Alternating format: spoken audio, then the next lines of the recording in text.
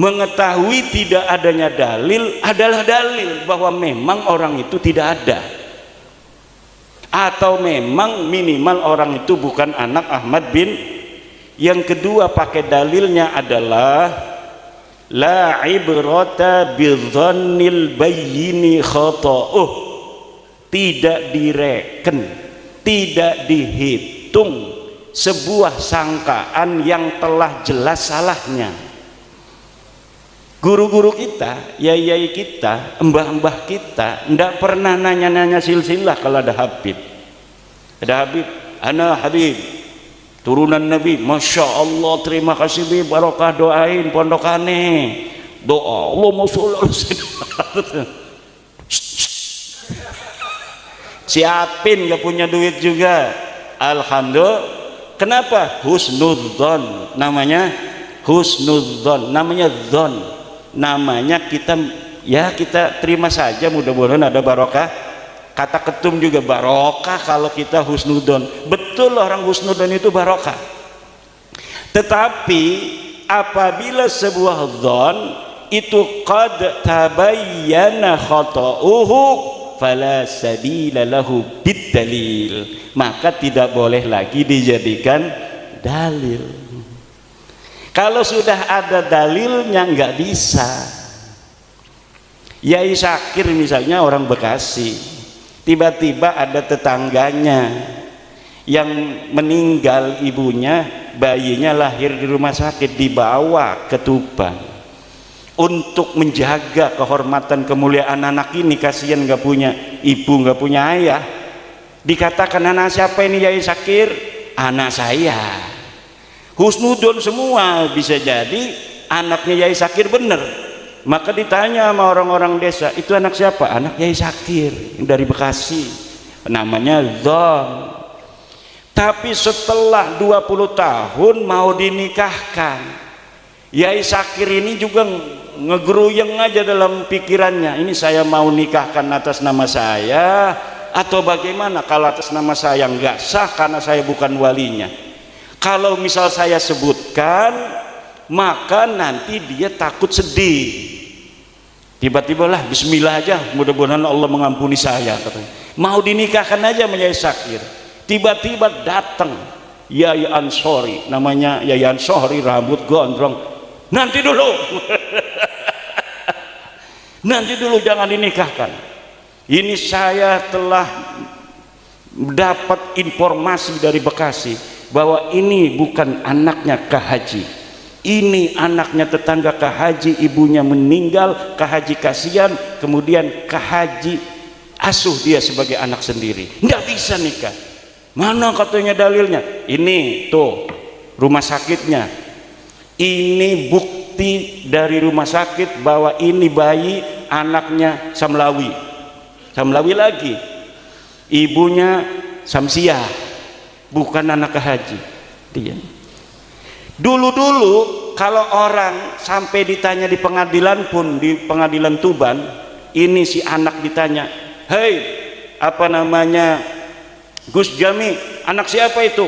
Kamu bersaksi di depan pengadilan setelah disumpah. Saya tanya, kata hakim, anak siapa itu? Anak Yai Syakir. Sah apa tidak? Sah. Karena suhroh wal istifadah, sudah tasamu bainan nas fi palang wa fi soko, bahwa anak ini anak Yai Syakir. Tapi ketika surat dari rumah sakit ini sudah ada, jelas ini bukan anak Yai Syakir, suhro istifadoh itu gugur semua. Jadi suhro dan istifadoh itu, kata Ibnu Hajar Al-Asqalani di dalam kitabnya Al-Jawabul Jalil, innan nasaba mimma yasbutu bisyuhrati wal istifadah illa ayyasbuta ma yukhalifuh.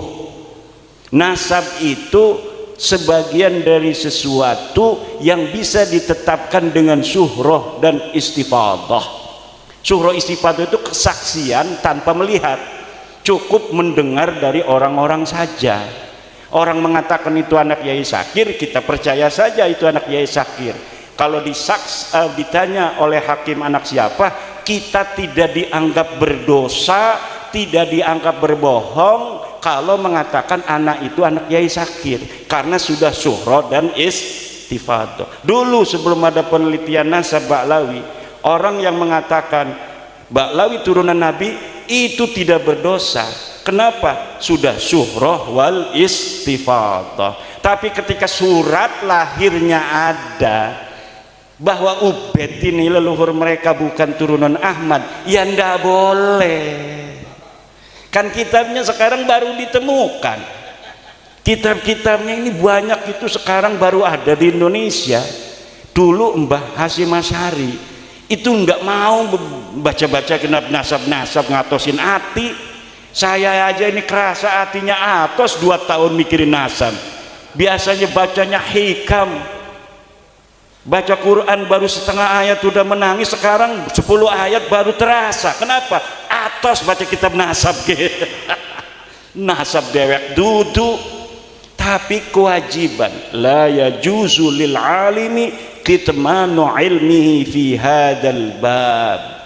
Tidak boleh bagi orang alim untuk menyembunyikan, haram hukumnya.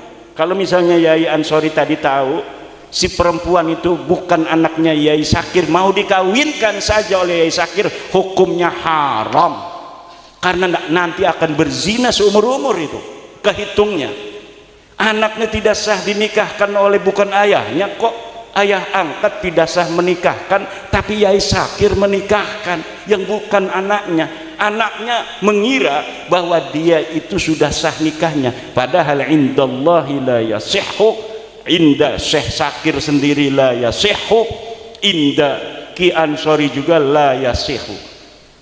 Nah ini, nah kita sekarang kasihan sama mereka. Wis dok aja marah-marah dok, sila tutup putune Nabi, wong lian bisa tutup putune Nabi jadi bupati. Ki Abdul Hamid Mujib nyalon wali kota, orang ngandel-ngandel nasab. Jokowi raja kita, raja besar, ini raja besar Jokowi, jangan macam-macam. Raja besar mengalahkan Raden Wijaya, apalagi Patih Nambi. Apa yang Tuban? Ranggalawe. Itu masih leluhur saya itu. Saya masih punya sila ke Ronggolawe, Lembu Peteng, wis macam-macam amat, Kebo Anabrang segala macam. Itu ada orang-orang dulu itu rajin mencatat silsilah. Ada juga yang tidak sama sekali mau. Kebetulan ada orang yang rajin nyatet dari ponak-ponakan sepupu-sepupu. Ya akhirnya kita tahu bahwa ada gerobokan di Joko Tarub segala. Saya ini masih turunan bidadari Pak, Nawang Wulan. Joko Tarub kan ada di gerobokan tuh. Lah itu tidaklah ada artinya sebuah dzon apabila sudah ada bukti. Tidak bisa. Ada lagi yang bilang jangan fitnah Ubaidillah, Imam Al-Ubaidillah. Imam apa, orang nggak ada namanya di dalam sejarah. Mujtahid mutlak. Mujtahid mutlak itu kan sebangsanya Imam Syafi'i. Yang semasa dengan Ubaidillah itu banyak ulama-ulama disebutkan di dalam kitab. Kitab-kitab di Yaman tuh banyak yang dikarang dari abad ke-4, ke-5, ke-6, ke-7, ke-8, ke-9. Katanya di Hadramaut tidak ada kitab yang dikarang karena lagi perang, nggak sempet yang namanya itu nulis-nulis nasab. Ada Mbak Yai, ada. Ini kitabnya nih, ini kitab Yaman, namanya kitab Tabaqat Fuqaha il Yaman, abad ke-5, karangan Ibnu Samrah. Ini kitab Asy-Syajarah Al-Mubarakah, menerangkan tentang Ahmad bin Isa. Anaknya 3 tuh, Muhammad, Ali, Husain, tidak ada namanya Ubaid. Wa yu'abbiru bil jumlatil ismiyati hadza 'indan nasabin yadullu 'alal hasri. Iftah kitab Syekh Mahdi Rajai Al-Muqibun Qala fi al-muqibun idza 'abbara an-nasabuna bil jumlatil ismiyyati hada yadullu 'ala al-hasri. Kalau seorang ahli nasab di dalam kitabnya menggunakan jumlatun ismiyah, fa'aqibuhu min salasati banin, itu kan jumlatun ismiyatun, itu ada hada yadullu 'alal asri bimana anna auladahu munhasiratun fi salasati baninin la ghairu, tidak ada yang lain. Tidak bisa dalam nahu jumlah ismiyah itu tidak bermakna hasr, ya itu dalam nahu. Tetapi likulli fannin mustalahatun, likulli fannin mustalahatun. Setiap fan ada mustalahnya, setiap fan ada istilahnya. Katanya tidak konsisten ini di dalam kitab As-Sajarah Mubarakah. Di dalam kitab sebelumnya anaknya 4, tapi dalam Sujalah Mubarakah ini menggunakan apa namanya 3. Kitab abad keberapa itu yang anaknya 4? Itu menggunakan jumlah ismiyah anaknya 4, katanya kitab abad kelima. Tapi kenapa di kitab abad ke-6 anaknya 3? Saya bisa jawab itu. Pada saat itu anaknya 4, tetapi ahli nasab itu punya kaidah yang ditulis itu hanya yang berketurunan. Di abad ke-6 itu yang tersisa dari keturunan orang-orang itu ada 3. Yang tidak berketurunan itu tidak ditulis. Kenapa? Karena adanya kitab nasab ini untuk menjalin silaturahmi orang yang masih hidup.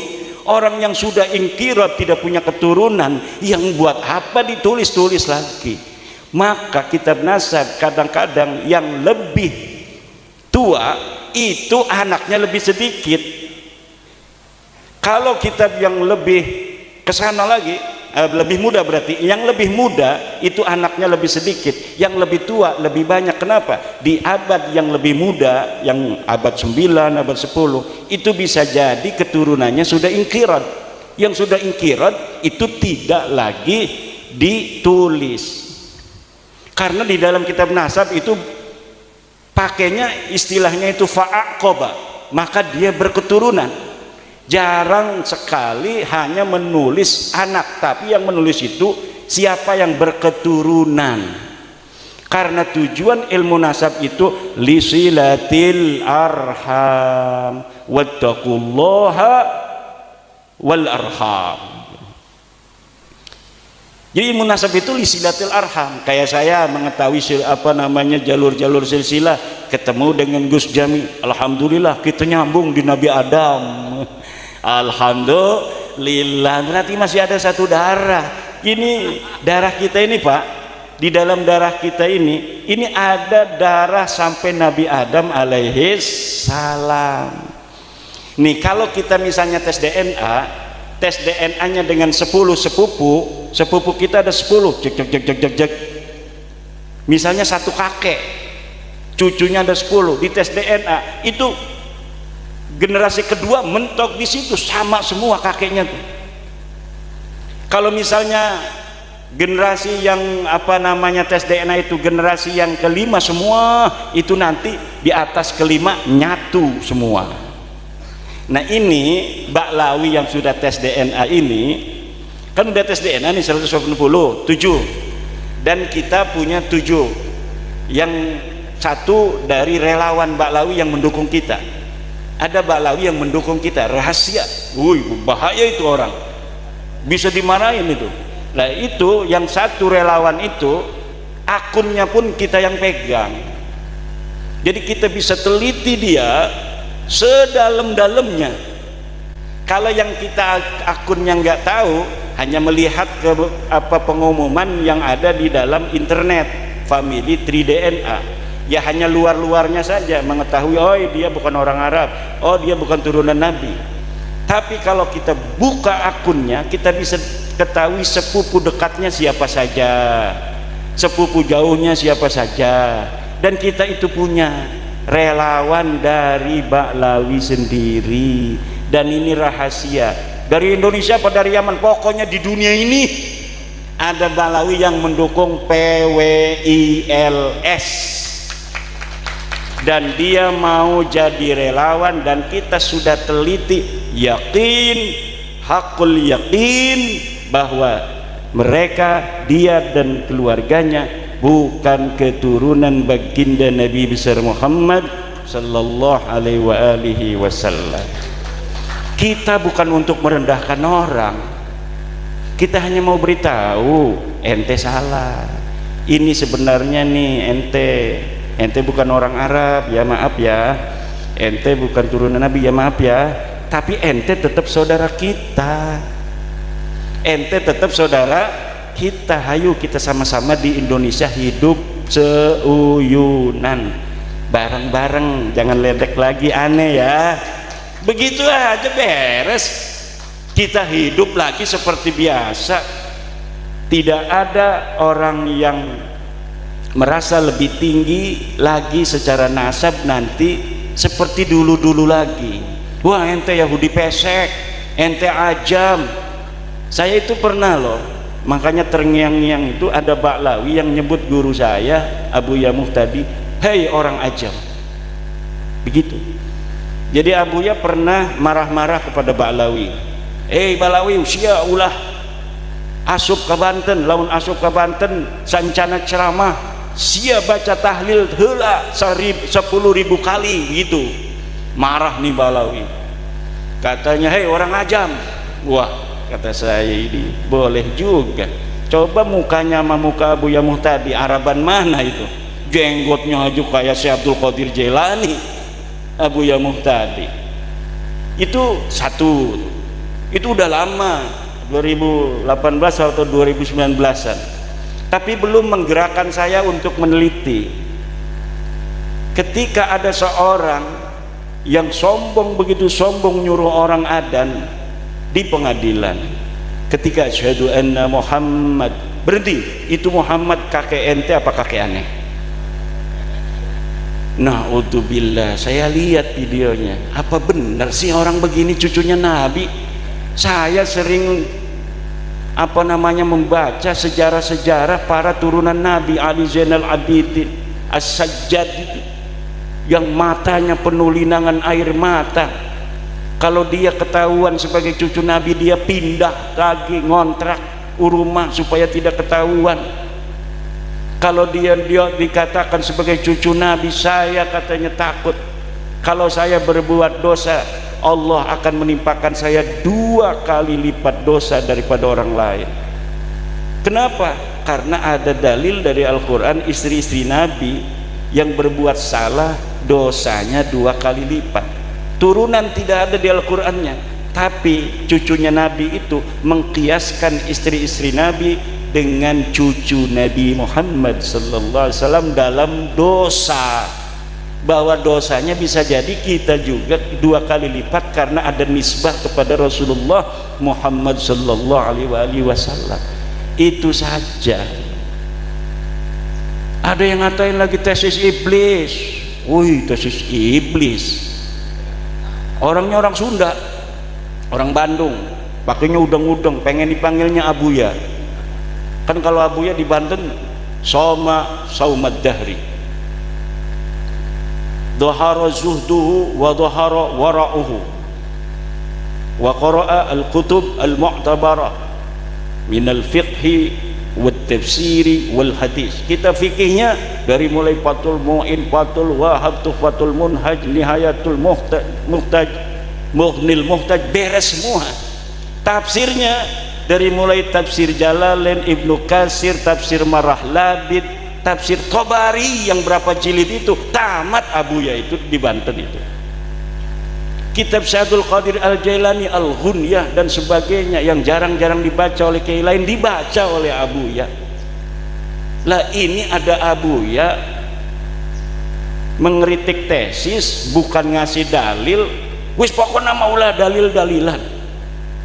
Wis pokoknya mah eta Habib eta bid'ah nabawiyah, eta turunan Nabi, pokoknya mah baik.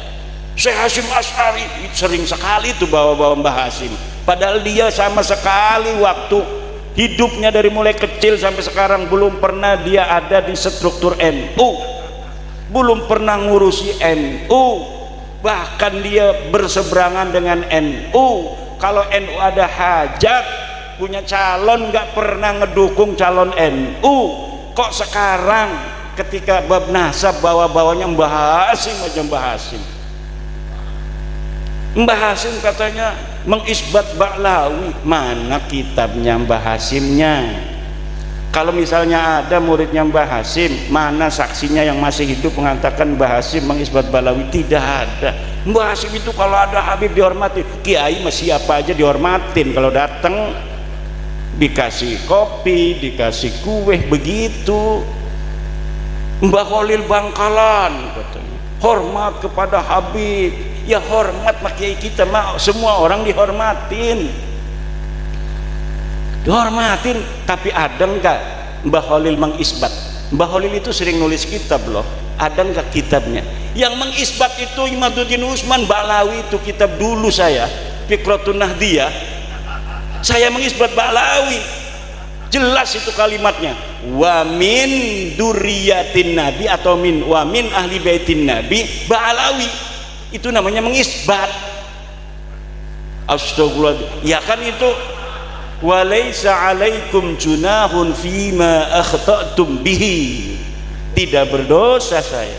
Makanya Hanif Alatas itu pakai dalilnya kitab saya, ngajar saya. Kalau Imaduddin sekarang itu katanya dia kemasukan apa, tapi ada ulama Banten namanya Syekh Imaduddin Usman Al-Bantani, wih lengkap itu dalam kitabnya Al-Fiqratun Nahdiyah, dia mengisbat Ba'lawi. Gimana lagi? Gayanya kan hebat kalau kita kan kurang gaya. Kiai-kiai kita itu ngajar Fathul Muin aja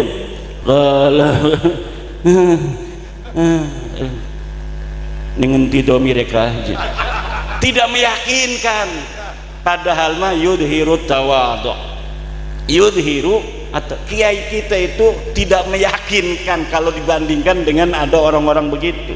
Kalau dulu nggak ada orang begitu ya karena semua begitu beres, tapi karena sekarang ada saingannya tidak fair, framing segala macam macam-macam lah gayanya. Akhirnya kiai kita yang betul-betul alim, tafahum fiddin, tafaqquh fiddin, itu kelihatan tidak alim. Sementara orang yang pidatonya hebat, saudara-saudara, wallah DNA itu haram DNA haram katanya, meyakinkan. Betul tidak? Meyakinkan. Kalau kiai kita itu kumaha etanya, aduh aing mah teu sanggup cenah eta ieu kiai tahajudna sawengi cenah 200 rakaat, waduh jauh aing mah. Tuh kiai saya mah kalau ngaji begitu. Kalau ada cerita kiai-kiai yang katanya tahajudnya 200, dia ngomong, ieu mah lain bangsa urang. Naon lain bangsa urang? Ini mah bukan kelas saya. Selalu ngomong begitu. Tapi zaman sekarang ini karena ada orang-orang yang mengajarkan gaya lain dari gaya Wali Songo yang tawadhu, itu kalau ada terangin makrifat, orang yang sudah makrifat pada Allah, dia dalam salat jangankan istrinya, anaknya, dirinya sendiri, Masya Allah, tidak ingat kalau dia sedang salat karena khusyuk kepada Allah.